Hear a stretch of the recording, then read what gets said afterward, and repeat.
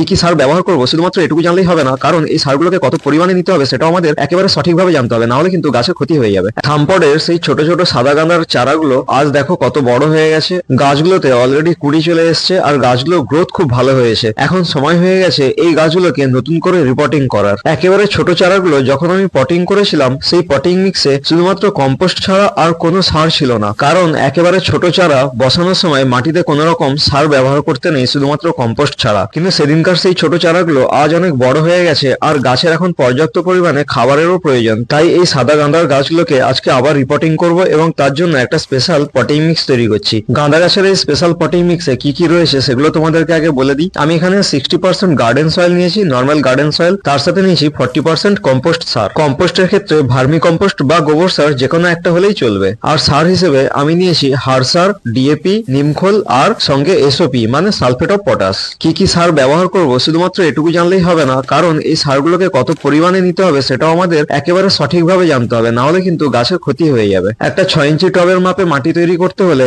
1 চামচ হাড় সার এবং 1 চামচ নিমখোল নিতে হবে, আর ডিএপি নিতে হবে 10 থেকে 12 দানা এই 6 ইঞ্চি টবের জন্য। আর এসওপি মানে সালফেট অফ পটাশ নিতে হবে একটা চা চামচের হাফ চামচেরও একটু কম। আমি গাছগুলোকে টব থেকে তুলে নিয়েছি, দেখো গাছে পুরো শেকড় ভর্তি হয়ে গেছে, মানে গাছের গ্রোথ খুব ভালো রয়েছে। সাইড থেকে ঠিক এইভাবে অল্প করে মাটি ছাড়িয়ে নিয়ে গাছটাকে এই টবে একেবারে মিডিল করে বসিয়ে নিতে হবে। এখন টবের 4 সাইডের এই খালি অংশটা এই নতুন পটিং মিক্স দিয়ে ঠিক এইভাবে চেপে চেপে ভর্তি করে দিতে হবে। এই সেম প্রসেসে আমি আরেকটা চারা বসিয়ে নিলাম এই সেম পটিং মিক্স দিয়ে। গাছগুলো বসানোর পরে সব থেকে গুরুত্বপূর্ণ কাজ হচ্ছে পর্যাপ্ত পরিমাণে জল দিয়ে টবের মাটিটাকে খুব ভালো করে ভিজিয়ে দিতে হবে। আমি এখানে জলের সাথে অল্প করে হিউমিক অ্যাসিড মিশিয়ে নিয়েছি। এই হিউমিক অ্যাসিড মেশানো জল গাছের গোড়ায় দিলে গাছ মাটি থেকে খুব দ্রুত খাবার সংগ্রহ করতে পারে এবং গাছের শিকড়গুলো স্ট্রেস মুক্ত হয়। আর যেহেতু শীতকাল তাই গাছগুলোকে শেড এরিয়াতে রাখার কোনো দরকার নেই, নর্মাল ওয়েদারে গাছ তার স্বাভাবিক গ্রোথ ঠিকঠাক ভাবে নিয়ে নেবে।